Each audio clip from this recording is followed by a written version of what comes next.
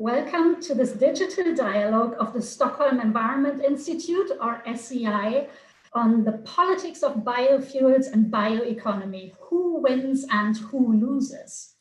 My name is Mairon G. I'm head of the research group on transformation and sustainability governance in South American bioeconomies here at the University of Münster in Germany, where I'm joining you from today. My research interests are the politics of sustainable development and sustainability transitions, natural resource governance in the global political economy, and regionalism with a geographical focus on South America. In my current project on bioeconomy in South America, I'm particularly interested in researching in different South American countries to what extent and in which ways bioeconomy may foster or hinder inclusive, equitable, and peaceful sustainable development, taking into account different perspectives and actors. I have the honor to lead the discussion here today. Please note that this event will be recorded and hosted on the SEI's YouTube channel. To start off, I'd like to invite everyone in the audience to use the chat function at the bottom of your Zoom screen and to type in which city you're joining us in from today. So just to get an idea where you are at the moment. We have 1 hour for this event, and the second part of this will be dedicated to questions from the audience. So if you have any questions, please feel free also to use the Q&A function, which is also at the bottom of your Zoom screen, to post your questions. And you can also upvote questions of other people that have already been posted there. The event is also the formal launch of a recently published book, The Politics of Bioeconomy and Sustainability, Lessons from Biofuel Governance, Policies and Production Strategies in the Emerging World. The author is Mairon Bastos Lima. Mairon is a research fellow at the Stockholm Environment Institute, and he has a PhD in environmental studies from the VU University Amsterdam. He's done extensive research on biofuels and the bioeconomy, particularly in Brazil, India, and Indonesia. Mairon will first give a brief presentation of some of the main findings from his book, and then we will have a discussion and also questions with 2 other bioeconomy experts. For this, we will be joined by Frances Johnson, who is a senior research fellow in climate and energy with the Stockholm Environment Institute, with a special focus on biomass, bioenergy, and land-based climate change mitigation. He currently co-leads the Institute's initiative on governing bioeconomy pathways. I'm also delighted that we will have Wahida joining us from Indonesia. She is a researcher from the Indonesian Center for Agricultural, Socio-Economics and Policy Studies based in Bogor, Indonesia. From 2017 to 2020, she had the position of the agricultural attaché and was based at the Indonesian embassy in Brussels.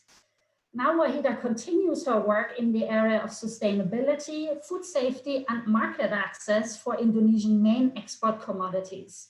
She holds a PhD in global food studies from the Adelaide University in South Australia. Mairon, before you start, I'd just quickly like to check our responses from the audience. So we have people joining us from different parts of Sweden, Gothenburg, Stockholm. I also see Montevideo in Uruguay, Pretoria, South Africa, fantastic. Brazil, different places, Hungary again, Dublin, Ireland. So you have a worldwide audience from all kinds of different countries. So I'm delighted to see that, of course. And yes, with that, I will hand over to Mairon. Thank you.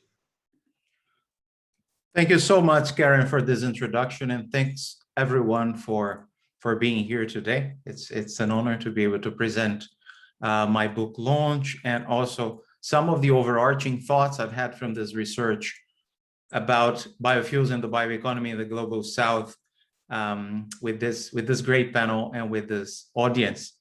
So without further delay, and just to kickstart our thinking about the sustainability of bioeconomy and questions of equity and the politics behind it, first, one observation is that the bioeconomy, in my view, is a transition that is here to stay.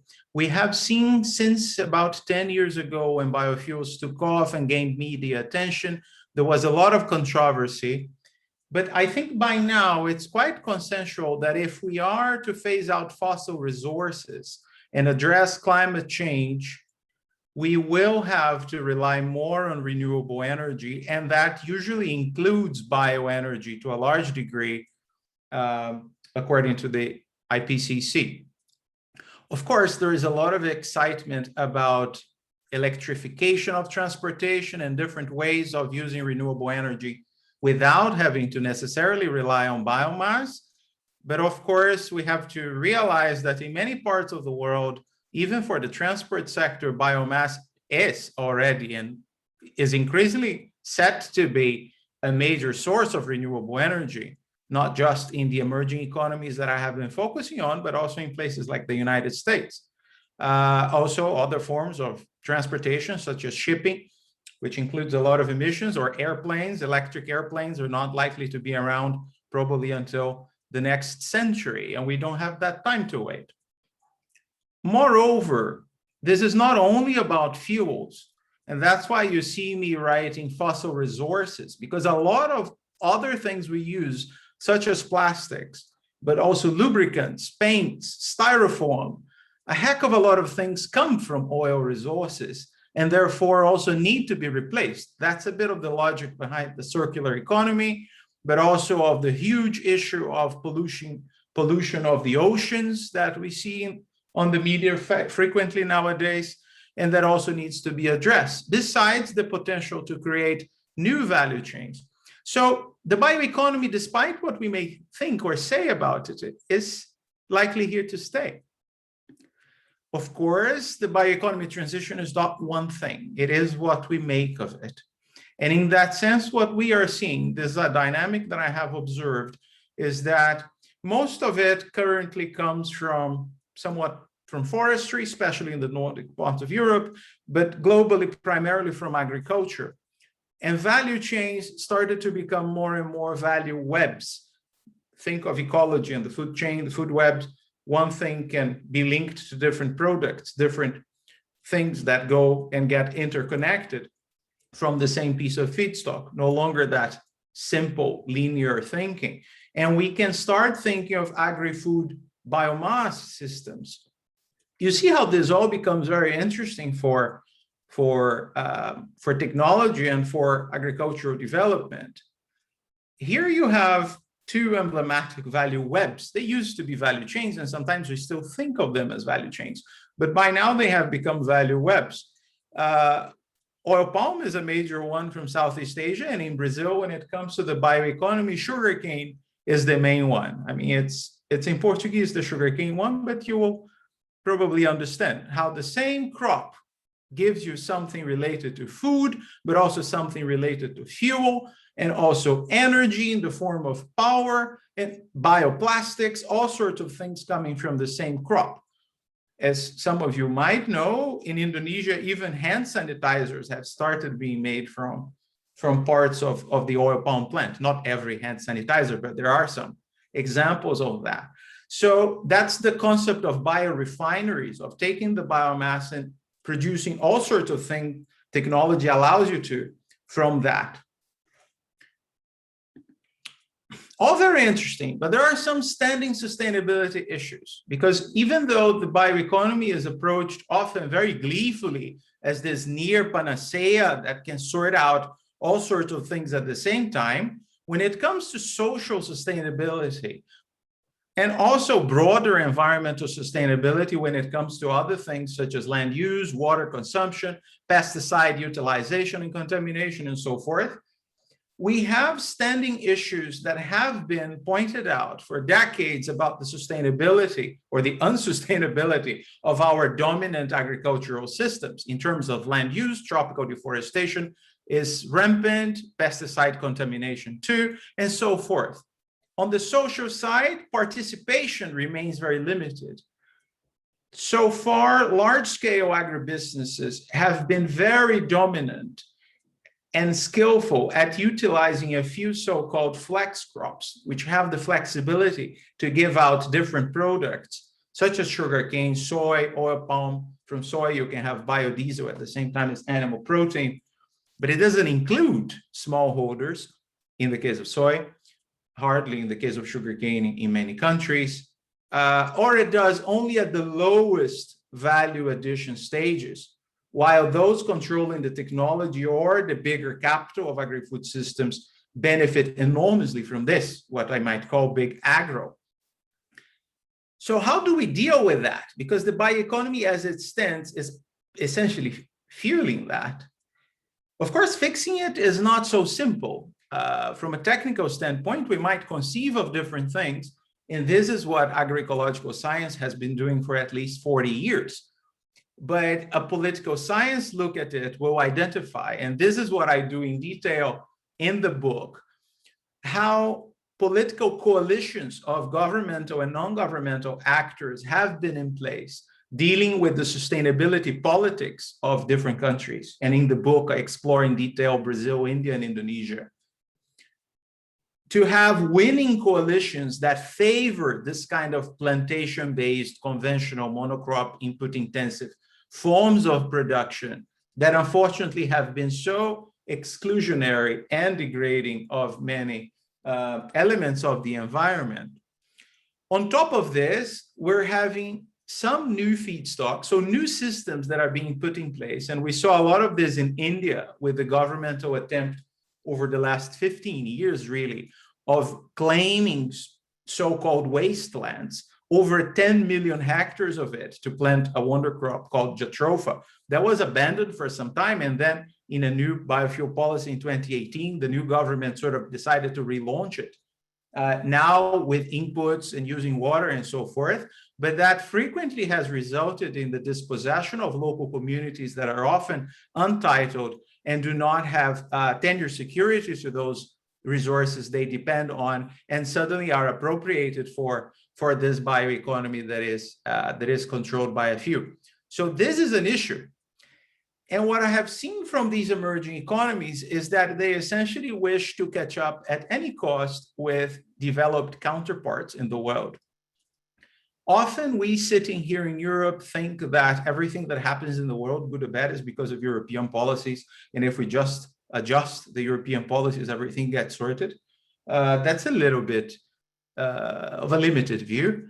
What I have identified, at least in those three countries, I know the reality for some places, like some parts of Africa, is different, but in emerging economies, this seems to be a very domestically motivated agenda with very strong incentives and policies in place for the domestic market.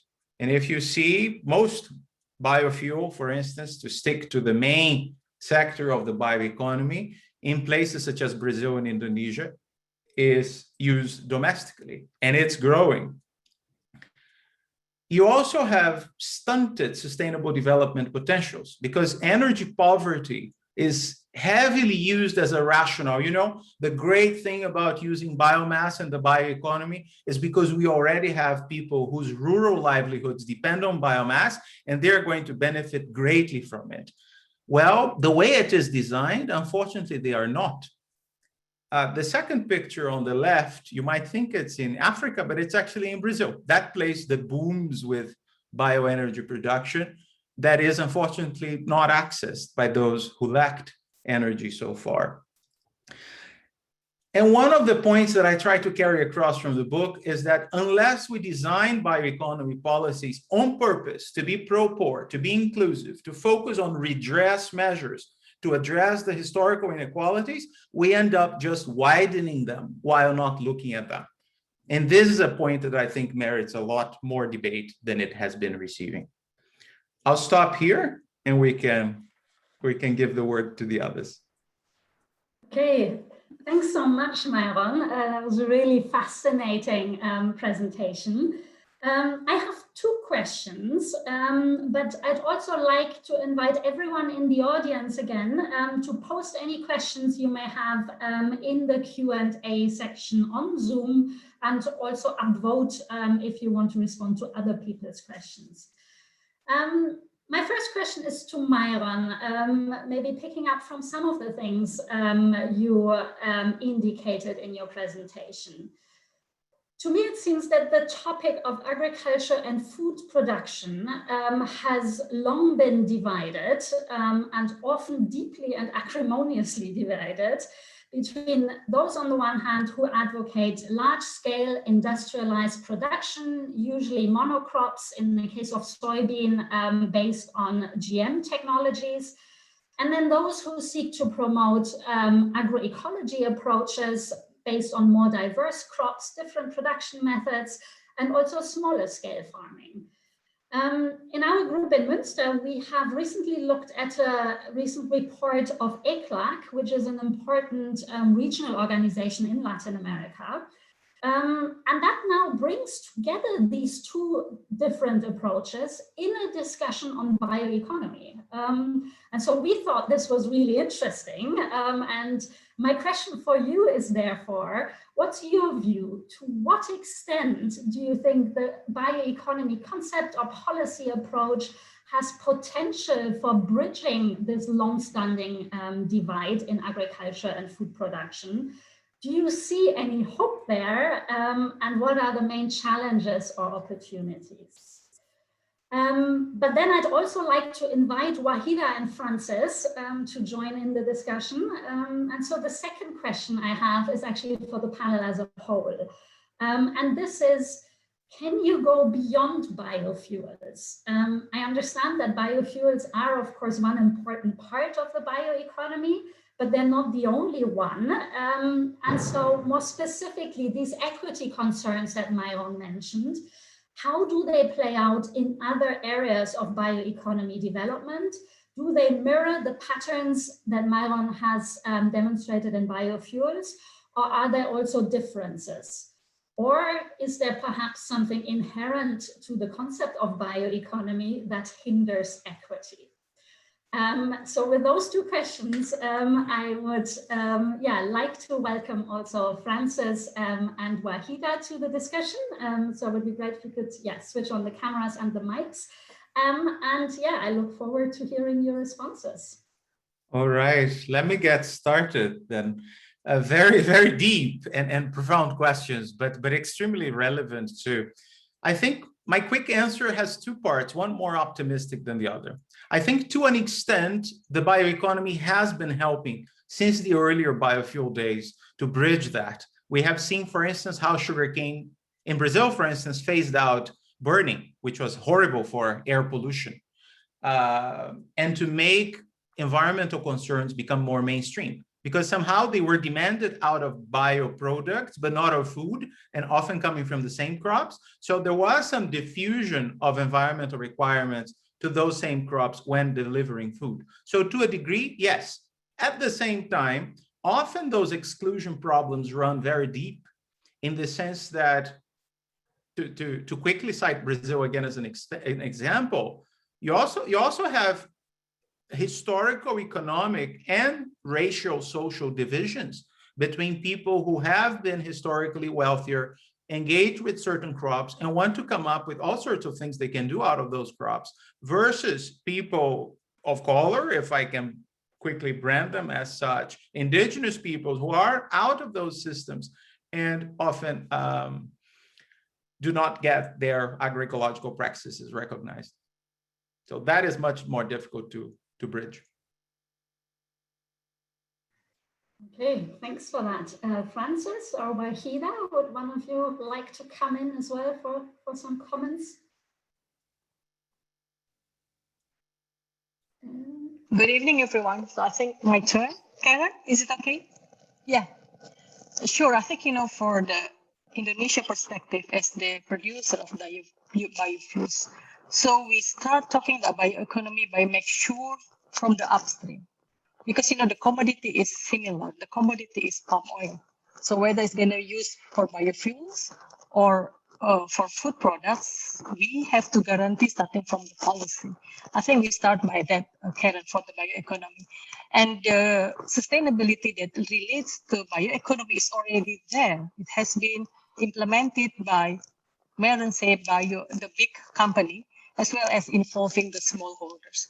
So the bioeconomy itself in Indonesia is not only for palm oil. So it start penetrate to other commodities. So I think this is the good start. But I think I totally agree with Mairon's conclusion to the book, and maybe everyone can check. It has to be involved how the smallholder participated in the biofuel with the aiming targeted to them, not only the big company. I think it's from my perspective. Karen, over to Yeah, great. Francis, do you have any comments or responses? Yeah, thanks, Karen, and thanks, Mairon, for a thought-provoking presentation. I take the question about going beyond biofuels, and this comes to the really long-term view, because we, as Mairon noted, we have materials as well as fuels, and not only that, but it's also about replacing processes, biological processes, as well as bio-based products. And so what I want to mention is the notion of the what you might call the the core of the bioeconomy, which cuts across all sectors, it cuts across all applications, and it's really about using biological resources in the most sustainable fashion, but to replace this non-renewable economy, which includes not only fossil fuels, but also nuclear, but it also includes non-sustainable use of renewable resources, which we must remember. In some cases, very large scale hydropower might actually not be sustainable in the long term, or very small scale agriculture, which is extremely intensive in the use of land, let's say, in the case of some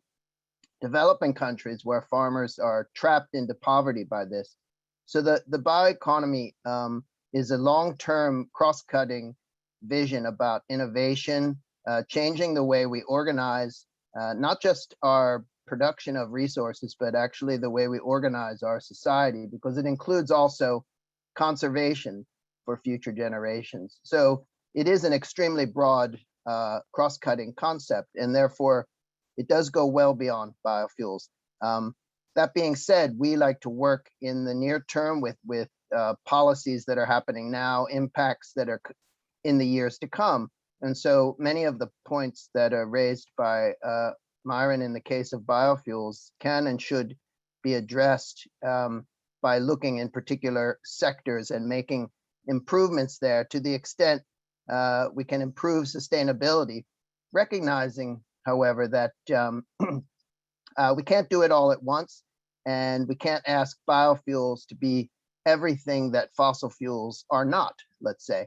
And that has been an issue in recent years, I think, asking for all aspects of sustainability to be covered at the same time. But rather, we need to make progress on the social side, as Mairon is emphasizing, even as we also make some progress on the environmental and economic sustainability over time. I think I leave it there. Great, thank you so much. Ma'am, we already have a few comments from the audience, so I will suggest to move on to that, but feel free in your response also to pick up on other points if anything else comes to mind. But I think this nicely follows on from what Francis just said in terms of paying attention to the social aspects especially, and we have two questions on that. The first one, what for you are some of the most compelling examples of deliberative pro-poor bioeconomy policies? And maybe that's also a question that everyone on the panel can maybe reflect on, because that could also be in other parts of the world or different countries. But then following up from that, also a specific question on Brazil. So maybe that's more for Mairon to take. And that says, you mentioned that bioeconomy policy should be explicitly pro-poor. And now, please excuse my Portuguese. The Selo Combustível Social program in Brazil comes to mind as a policy that aimed at integrating family farmers into biofuel value chains and to diversify biomass use. Do you think that policy has been successful? And what would be important factors, either accounting for its success or failure? So yeah, Mairon and the panel, maybe you can comment a bit more specifically on those deliberative pro-poor bioeconomy policies. Thank you. Thanks, Karen. Thanks to those who posed those questions. I think they go together. And the social fuel stamp is indeed, it has been an interesting example, and it was very promising about 10 years ago. In a nutshell, for those who are not familiar to it, it's for the biodiesel chain in Brazil, which can be produced from several oil crops. Soy dominates the market, even though what the government back 15 years ago had in mind was, okay, ethanol is controlled by the sugarcane, that's there. The biodiesel one we're making from scratch, that one is going to be inclusive.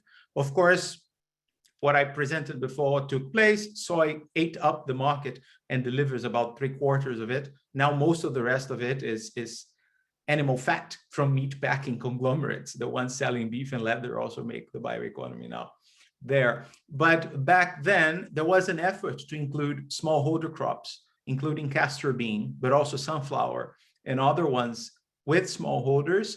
And there was a nice rule that the smallholder would get technical assistance, would be able to replace his food cultivation only up to 20% to not risk food security too much. So there was a combination in a real agro-food fuel system. And there was a sister of Petrobras, which is Brazil's oil giant, dedicated to biofuels, to engage and purchase from that, and a guarantee that in order to set a contract, a farming supplier contract, a representative organization, be it a cooperative or a rural representative movement, had to confirm, a bit like it's done to labor unions, with labor unions in much of Europe.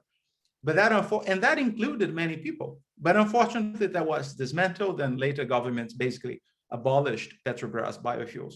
But that was a pro-poor experience. I would say that perhaps the most promising one we had.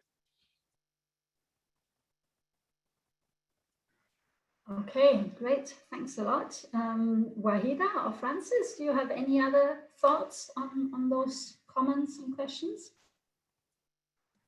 Yes, Karen, I think we all have to understand, I guess sometimes, we forgot about the typical of the commodities. For example, talking about palm oil. So it's an annual crops commodity, which is when we have to do something with the commodity, it takes years.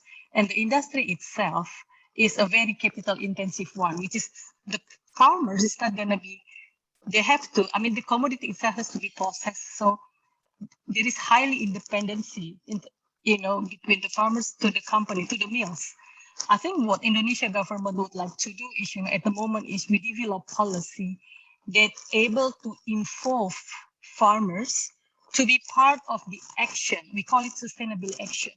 So meaning we know exactly that the palm oil for biofuels will be banned in Europe, but then we have to make sure we have to create, another demand, domestic demand, to be used all the remaining export, which is we couldn't export to the Europe, but the biofuels that we use in Indonesia has to be sustainable. I think those kind of principle by involving smallholder, part of the action of sustainability, it is the one. We have to start work from there. And then currently we have what we call as National Action Plan for Sustainable Palm Oil. So I believe having this is kind of like a good milestone for Indonesia to really work with the existing amount of palm oil in the country and make sure that we use sustainable palm oil for the biofuels domestically.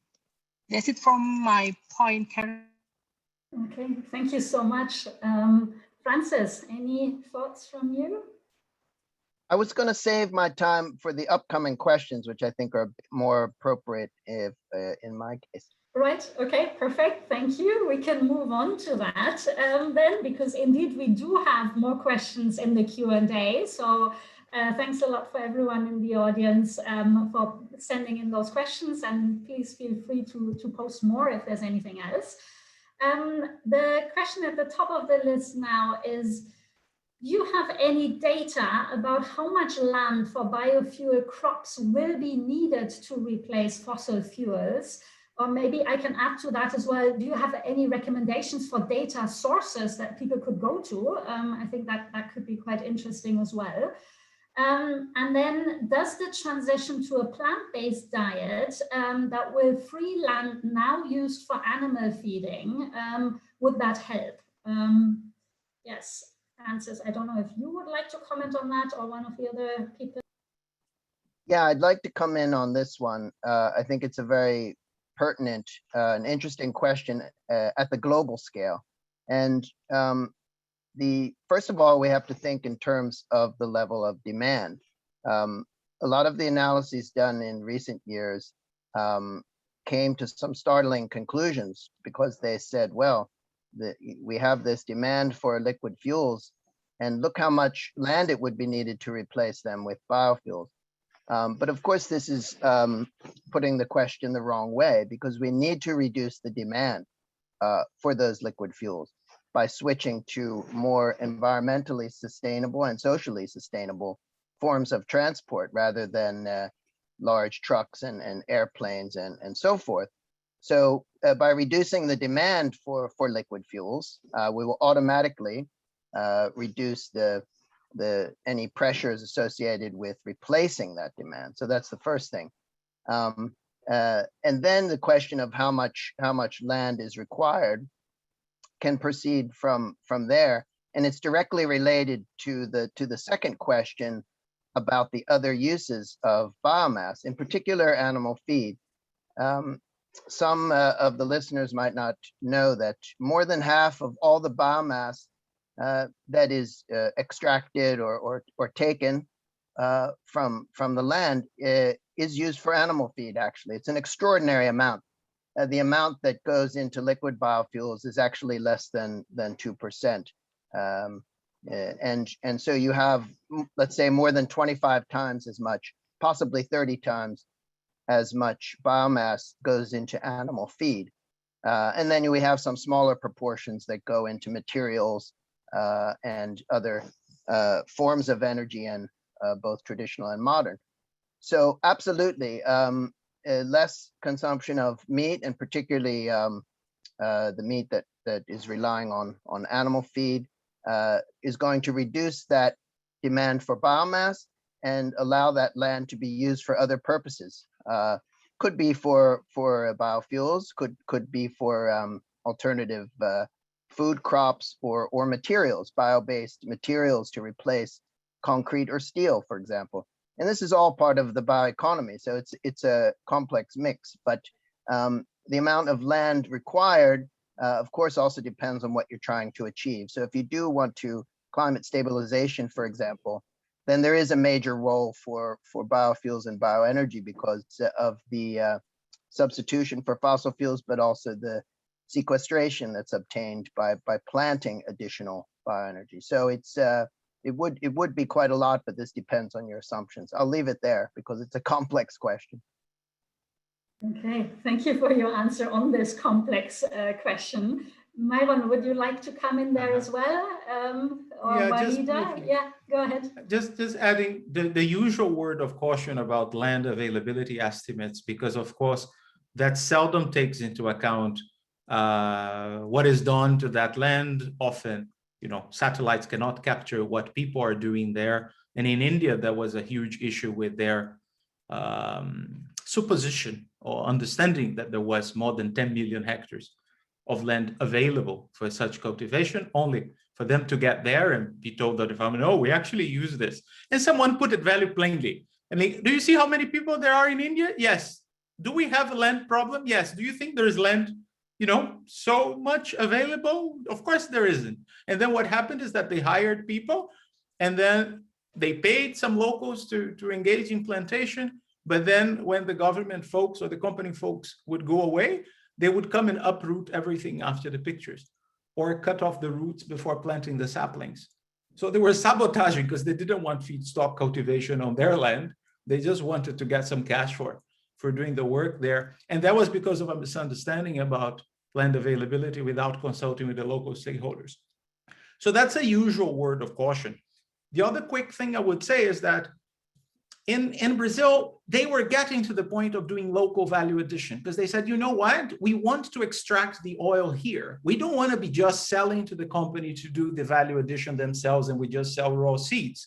And perhaps this is happening to an extent in Indonesia with oil palm or other crops, that they wanted to do the local value addition so that they sell that good for a higher value.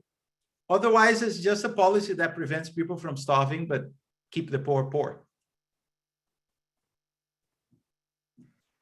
Okay, thanks. Wahida, any thoughts on that? Or otherwise, we have a few other questions that if you'd like to jump in, you can. I think I'm going to skip on that, Karen, to allow other questions to be answered. Thank you. Okay, yeah, perfect. Right, we we have a few more things. Maybe two questions I will summarize. One is from a member of the audience who has been working on a biodiversity conservation initiative aiming to add climate change concerns in the bioeconomy concept. And there is a broader question here for all panelists, maybe. Would you say that acknowledging other sustainable development goals or SDGs is a trend for bioeconomy policies? And if so, how feasible is this integration considering bioeconomy politics? And I would like to link that also with another question regarding the question of trade-offs and externalities, and maybe this is also a broader point. Why is it so difficult for policymakers to address externalities or trade-offs? I think those two questions go nicely together. So I will leave it to whoever would like to reply. Thank you. What I would briefly say from the top of my head is that I think it's great that they are trying to fit with the scope, the broad variety of SDGs. The issue is that there's too much cherry picking with the SDGs. And this is something I have identified. Often it is, what is it that we already do that could match? Like, oh, we already do this, check. Oh, we already do that, check. Oh, inequality, no, that one we don't talk about. Let's keep it that way. And that is an issue. To what extent the SDGs are actually changing behavior rather than doing just this matching is a critical question. Okay. Thank you, Francis. Actually, I can give an example from the global north right here in Sweden, which is interesting. Not so much for liquid biofuels, but for the use of the forest resource here, which has been managed for many decades basically for reasons of ecology, economic competitiveness, livelihoods, and climate, let's say. So these SDGs have been represented pretty well. But what has been missing from the debate have been some issues related to biodiversity, some issues related to cultural diversity, and some social issues. So what you see here in Sweden, for example, is that these are being brought in. So in that respect, the SDGs are having some appeal in broadening the discussion. But I like to counter that with perhaps a view from the on behalf of the global South, even though I don't live in the global South, and that is that really the SDGs for the vulnerable parts of the population. I mean, the basic SDGs are so critical: food, energy, water, sanitation. If you don't have these, it's very difficult to worry very much about the others. So so to the extent it relates to biofuels and bioeconomy, for example, We would rather have small farmers, let's say, maybe growing, perhaps they can grow, food and fuel on the same land, for example, which there have been some best practice examples of this. Where this can be done, then they are gaining some value added and contributing to their own, not affecting their own food security, let's say, but gaining some additional income and some additional livelihood. So I would say that the SDG it can open up for this broader view in some ways. I can stop. Great, thank you. Wahida, yes, please go ahead. Yeah. Okay, thank you, Karen. Actually, Indonesia is started with this SDG, but Mairon is right. So it's kind of like a cherry picking. At the end, sometimes it goes beyond that. And then we start to compare palm oil as a feedstock to other feedstock. So it becomes into hard for us to have the kind of like, how we fine tuning between the producing country as well as, the consumer itself. The answer is not there. But I think, in Mairon book, Karen, there is a very good point. Mairon mentioned about a shift from conservative modernization to conservative ecological modernization. Then the question, so I just trigger everyone to read the book, how we would like to introduce these principles or this approach to the farmers. And the other difficult things I'm experienced for my previous role as agricultural attaché is, to ask the stakeholders in Europe, sit down with the producing country like Indonesia. So at the moment, we just start doing a bilateral discussion on this. We're aiming to develop sustainability measure, but this is very hard one. So I think it's just answer for the second question. We need the time to really, sit down together, put our ego aside, talking about externalities. Then we could fine tuning and have an agreement how to develop the bioeconomy to the existing biofuels. I mean, it's also helping us, the producing country, because we're still gonna use this for our fossil fuel. I mean, for replacing the fossil fuels. I think that's from my comment, Karen. So it's not an easy thing, but we need to, collaboration is the key. However, collaboration is hard. Could I comment on that briefly? I think it's really great that Wahida brings up this point about bilateral collaboration, because when this debate kicked off more than a decade ago, one of the options available to the EU was this bilateral agreement to achieve greater sustainability, let's say, on biofuels. However, this was generally not taken. In fact, we wrote a paper on this, the road not taken, because instead you had the private certification approaches and some national approaches and so forth. But if you want to address these issues in the long term, then I think it's exactly as Wahida described, that it's a process of discussion and negotiation. It doesn't happen overnight by passing a regulation or with the new law or even a very detailed technical guidelines. Because it relates so strongly to livelihoods and working practices and very deeply part of the society. So this bilateral collaboration and negotiation and discussion has to come into the picture if you want to have a global system and not nationalistic systems. Thanks. Karen, may I add something just before you bring in the other question? It will be brief, just echoing what Wahida pointed out about ecological modernization and so forth. And indeed, the shortcoming I have pointed also in the book is that a lot of this modernization effort we're doing in relation to the bioeconomy to reflect upon the environmental risks we increasingly face, the gap in that is that they have often preserved the unequal structures of agro-industrial production we historically had in place. I mean, most developing countries were colonies. They had very unequal systems of production in place based on plantations dominated by elites for export markets. That's the history of half of the world. We cannot simply maintain that while cleaning up the air if people have no safe drinking water or no land rights. So we have to think of the bioeconomy also with mechanisms to redress what happened in the last few hundred years and instead of simply perpetuating that, which ends up expanding on it. Yes, great. Thanks a lot for those really interesting reflections.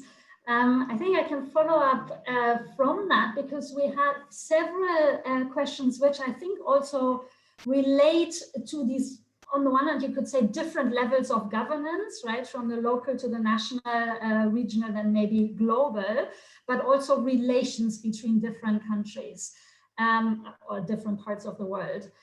So one question specifically from Mairon: can you give more information? What would be social policies in a value web based on biomass? And then are these policies linked with local development, and in which and yes dimensions? And linking back to one of the other questions, someone in the audience is observing that perhaps there is a trend also in Europe of sourcing materials more from Europe. And so the question was whether biofuels is taking a turn from the global to the domestic. And if so, does that mean that it's becoming more just? So I think both of those questions sort of relate to those different levels. And then I think we have another one, but I'll leave you with those two for now. Whoever would like to comment. All right, I can jump in since the first one was directed to me. I think that all should be together. That's what we ought to be thinking of, because a lot of bioeconomy policy is good old agricultural development policy, technical assistance, access to markets, the formation of cooperatives for social organization, access to financial resources, which often don't have there, because often the markets and the financial sector are only focused on a few key commodities and do not deviate from that to help smallholders. So the question is how we integrate bioeconomy goods that we would like to see replacing fossil-based goods with that kind of policy. And often that kind of supportive policy, especially to smallholders, but also including, I personally know indigenous people who would like to be doing something on their land in agroecological ways, following their worldview, but they have ideas. Who listens to these ideas? And that's where the connection could be with the goals of the bioeconomies, rather than simply doing more of the same. Great, thank you. Any views from Wahida or Francis? Yeah, Wahida? Yeah, Karen, I think for Indonesia, in Indonesia perspective, it's not easy to switch from one commodity that involves directly 4 million farmers, which is indirectly 16 million farmers. That's how much the palm oil sectors in Indonesia. So we're not gonna doing that very quick. No, we're not gonna do that. Actually, we have also policy that limit the expansion. No more expansion at the moment. And the more important thing is not only, I'm sorry to say that EU who wants sustainability. As Indonesian, we also want this sustainability. And we don't want to harm our forests. We also would like to have biodiversity is there, maintaining the forest. So this is back to the nation effort, right? How to make the palm oil sustainable. And it's not only, I think palm oil could be a benchmark for Indonesia. And this is what happened in the debate at the moment. We have to make sure and then measure. Why? Because the global monitor any activity that relate to our process, our step to reach the sustainability in palm oil. So it's a long way to go, Karen, but we're doing that. I mean, it started already. And then there is a lot of initiative down there. The problem is, this initiative, good initiative, is less heard, and people more heard about the negative one. Sorry to say. Thank you. So one of the lessons here seems to be that we don't hear or listen to, rather, loads of good initiatives that should get more attention. That seems to be a broader point. Francis, do you want to come in, or otherwise I do have a couple more comments from the chat. Just briefly, the last thing you said is true, that there is a tendency to go for the negative news rather than the positive, unfortunately, in the journalism world. But but I think that this this question of how to put the spotlight on the social aspects of biofuels, bioeconomy, as well as resources and control of resources more generally, because those at the bottom of the pyramid that's where the impacts, and that's where the social, and they have the least control. So I think biofuels debate is putting the spotlight on issues that are true not only for the bioeconomy as a whole, but for all kinds of resource issues, that we need to look at these social justice issues and not just put so much emphasis on climate and economy. So thanks. Yep. Great, thanks. We don't have that much time left, but I'd nevertheless like to pick up on a couple of things still from the audience. One is maybe a comment rather than a question, but I think it is important, so I will read it out. And that is, do you think that it might be a bit controversial for Europe to invest so much in the bioeconomy, since Europe has the largest pesticide companies in the world and supply products to countries like Brazil or other countries in South America, which are very dangerous in terms of health, in fact, so dangerous that they are banned in the EU. So I'm not sure if anyone would like to respond to that, but I think it's an important observation to make. And then one other comment on the technology knowledge gap between the global north and the global south, and the inequalities that produces, but also the role of emerging economies in this, and how are emerging economies dealing with that. So I will leave those two there, but at the same time invite all panelists to make some final remarks. So if you wish, you can still pick up from those questions, but perhaps there are also other points that you would like to make. So one final round of closing comments from each of you, please. Francis or Wahida, would one of you like to start? Yeah, maybe Francis can start first. okay. Yeah, I think that as regarding the trade of banned products and so forth, I'm not sure I can specifically comment on that, other than to say that we don't want this race to the bottom in terms of environmental standards in general when it comes to trade. But when it comes to maybe some issues about the north and south on biofuels and bioeconomy, I think it's very important that it becomes a global and regional issue, and not just a national issue. And that is because we are so interconnected. Even in these times where we work remotely, we rely on the trade for so many different products, and the idea that we would want to produce everything in the country in which you're based.